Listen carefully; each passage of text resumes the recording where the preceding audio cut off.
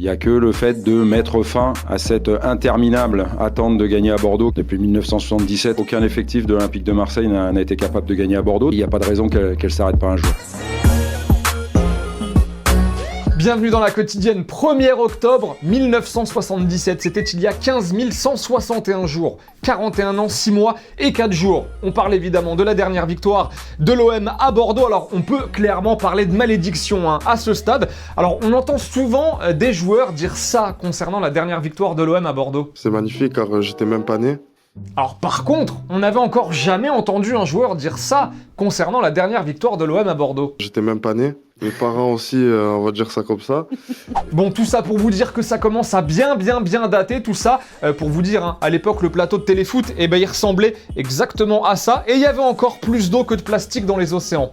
Belle époque. Alors évidemment, vous l'imaginez, côté marseillais, on est chaud bouillant pour tenter d'aller l'emporter ce match. Mais supporters de Bordeaux, rassurez-vous, Jimmy Briand a un message pour vous. Forcément qu'on va attaquer le match avec l'envie de le gagner.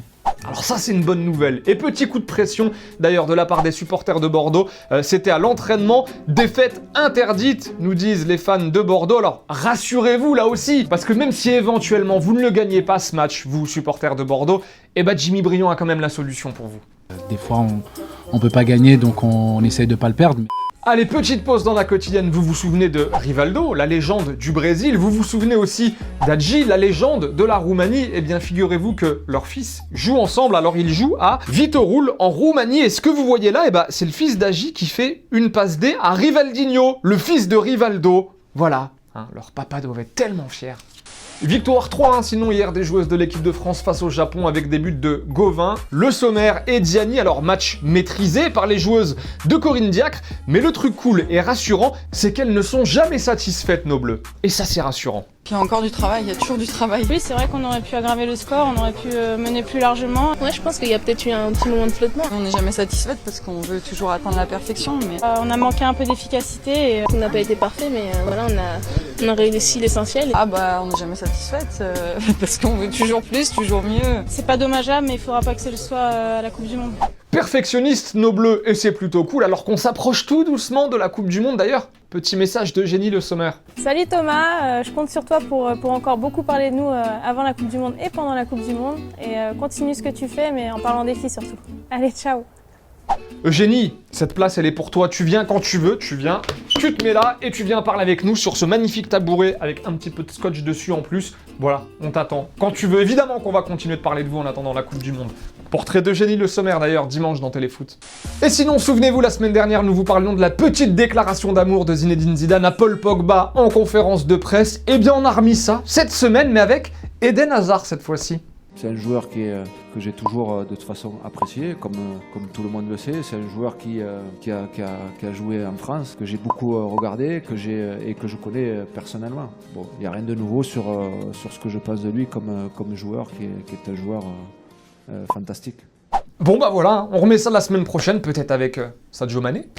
Et dans la catégorie Je n'oublie pas d'où je viens, gros big up à Raheem Sterling qui a offert 550 places aux élèves de l'école où il était lorsqu'il était enfant pour venir assister à la finale de la Cup. Ce sera City Brighton, ça aura lieu samedi à Wembley. Il a aussi décidé de prendre en charge le transport pour emmener tous les enfants au stade. Un vrai bonhomme le Raheem. Et sinon au Danemark, on a trouvé un genre de Raheem Sterling mais en beaucoup plus nul. Rien à voir d'ailleurs. Så stræk våben mod Brøndby og indkasserer det der 2-2-mål. Det er meget tilfældigt. Det er rigtig skidt. Det ender i et selvmål! Katastrofe selvmål af OB. Regel nummer 1. Skal du spille den tilbage, så aldrig inden for målrammen, men det kommer Troels Kløve til at score et tragikomisk selvmål for en målmand Grønnebyst. Hier, Charlotte vous demandait si Varane ce serait une bonne solution en défense centrale au PSG. Jules nous dit ce serait un très bon recrutement, il faut du renouveau en défense et en plus il joue avec Kimpembe en sélection. Ouais, enfin on voit plus Varane ou Umtiti en sélection pour l'instant que Varane Kimpembe. Et Catalan nous dit ce serait super pour Paris mais pas pour Varane. Lui il doit rester au Real, c'est la relève de Sergio Ramos. Et avant de nous dire au revoir, comme d'habitude, il y avait du très lourd à gagner cette semaine. On commence avec le maillot de Morgan Sanson qui revient à Cocorico. Voilà, bravo à toi Cocorico, le maillot de Morgan Sanson, dédicacé. Hop, c'est dans le colissimo, ça y est, ça part. Et le maillot de Silas du PFC qui lui revient à Flavpik. Voilà, bravo à toi aussi Flavpic, encore des cadeaux à gagner évidemment la semaine prochaine. En attendant, bye bye en images et en musique, passez un bon week-end, portez-vous bien, on se voit lundi, tout ça. Ciao.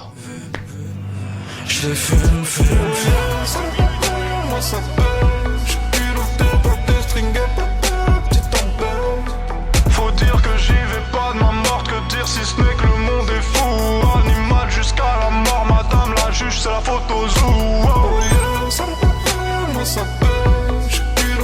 Et n'oublie pas, tu peux cliquer sur le blason Téléfoot là juste à droite pour t'abonner à la chaîne et du coup ne rien rater du contenu exclusif. À la prochaine.